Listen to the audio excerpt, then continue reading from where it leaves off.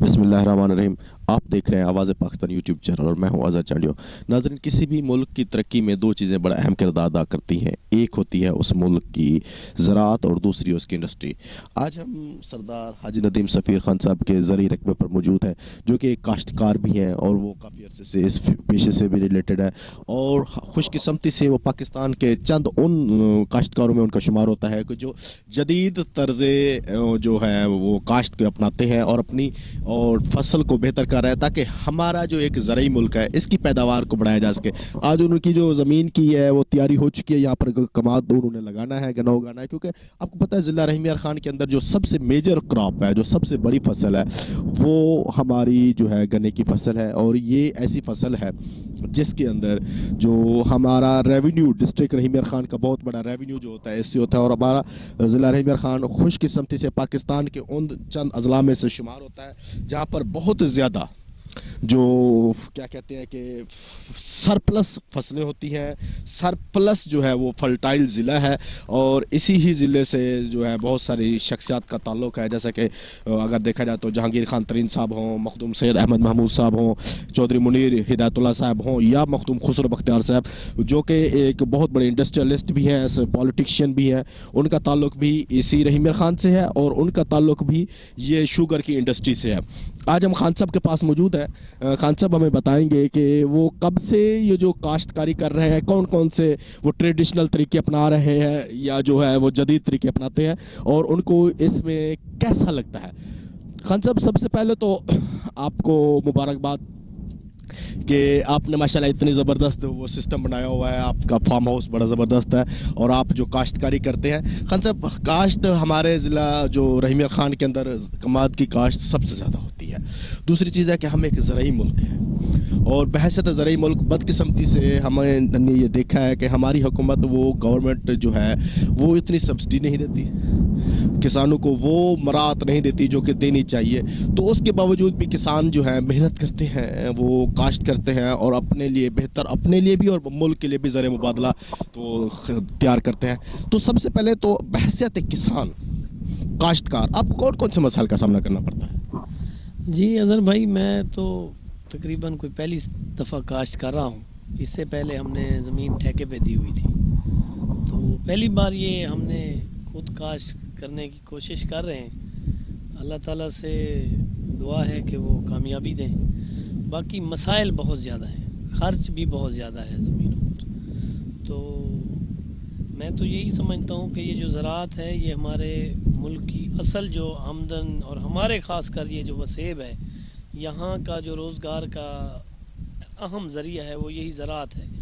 तो मैं तो गवर्नमेंट से अपील करूँगा कि छोटे किसान के लिए, बड़े किसानों के लिए, बड़े काश्तकारों के लिए मसाइल होंगे, लेकिन वो मसाइल भी उतना रखते हैं।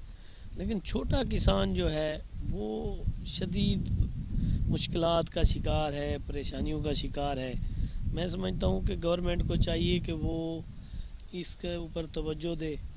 छोटे से कम जिस तरह हम 10-12 एकड़ के ज़मींदार हैं, इनको 10-12 एकड़ के ज़मींदार को इतनी सहूलियात तो देनी चाहिए कि जो चीज़ वो एक पेस्टिसाइड से लेकर आता है और जो 10 रुपए की चीज़ है उसे 15 रुपए की मिलती है, और वो इस लालच में लेता है कि फसल उगेगी, फिर फसल उठा के बेच कर फिर जो है उसका कर्ज़ उतारूँगा। तो वो उनका कर्ज़ उतारते उतारते जो है वो बेचारा नहीं सर्वाइव नहीं कर सकता और मसाइल में ही रहता है। अच्छा, हमारे किसान को बहुत सारे मसाइल का सामना करना पड़ता है। देखा जाता है तो हमारा जो इलाका है वो बदकिस्मती से अब उस इलाके में आ चुका है जहाँ पर 6 महीने जो नहरें चलती हैं, 6 महीने नहर नहीं चलती है।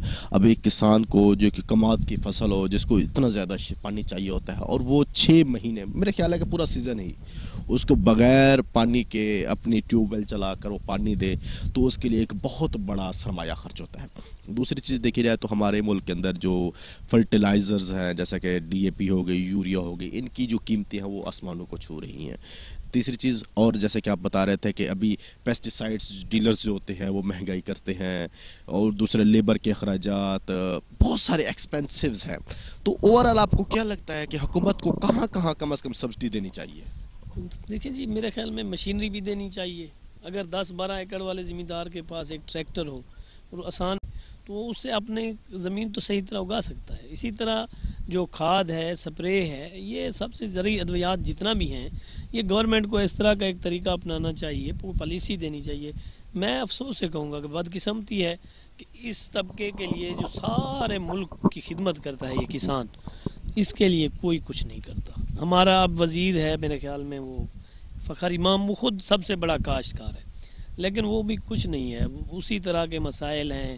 عام کاشتکار میں سمجھتا ہوں کہ پریشان ہے. اب گورنمنٹ یہ تو قدرتی سے جو ہے نا وہ ملوں کے آپس میں مقابلے چل رہے ہیں، تو اس میں کچھ کسان کو ریلیف مل گیا ہے، لیکن اگر یہ گورنمنٹ چاہے تو یہ ریلیف گورنمنٹ بھی دے سکتی ہے. اور اگلی بار جو ہے گورنمنٹ کو چاہیے کم سے کم جو ہے نا وہ 400 روپے گنے کا ریٹ دینا چاہیے کسان کو. یہ جتنی خدمت کرتا ہے، یہ شوگر ملوں والے تو چاہے آپ ان کو 100 روپے بھی دیں تو وہ پھر بھی کہیں گے کہ ہمیں نقصان ہے، لیکن وہ اگر 500 میں بھی لیں تو ان کو کوئی نقصان نہیں ہے. سچ یہی ہے، یہ سب جانتے ہیں. مگر بس یہ اقتدار میں بھی یہی لوگ بیٹھے ہیں اور عام غریب آدمی کا خون بھی یہی لوگ چوس رہے ہیں. بدقسمتی ہے کہ جو لوگ پالیسی میکر ہوتے ہیں وہی پالیسی سے فائدہ اٹھاتے ہیں. ہمارے ملک کا بہت بڑا المیہ ہے. خان صاحب بڑی زبردست بات بتا رہے تھے کہ جو ہمارے ملک کی کسان جو ہے، یہ کاشت جو ہے ریڑھ کی ہڈی ہے.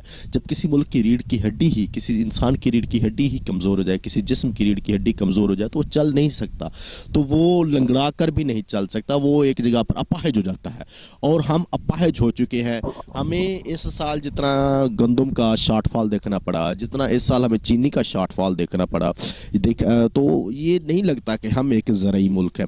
زرعی ملک میں رہنے والے جو بھی حکومتیں ہوتی ہیں وہ ایک پالیسی بناتی ہیں، اس پالیسی کے تحت ملک کو چلاتی ہیں. اور ہماری حکومت کو بھی چاہیے کہ اب پالیسی ایسی بنائے جس سے ہمارے چھوٹے کسان کو بھی فائدہ ہو. والسلام.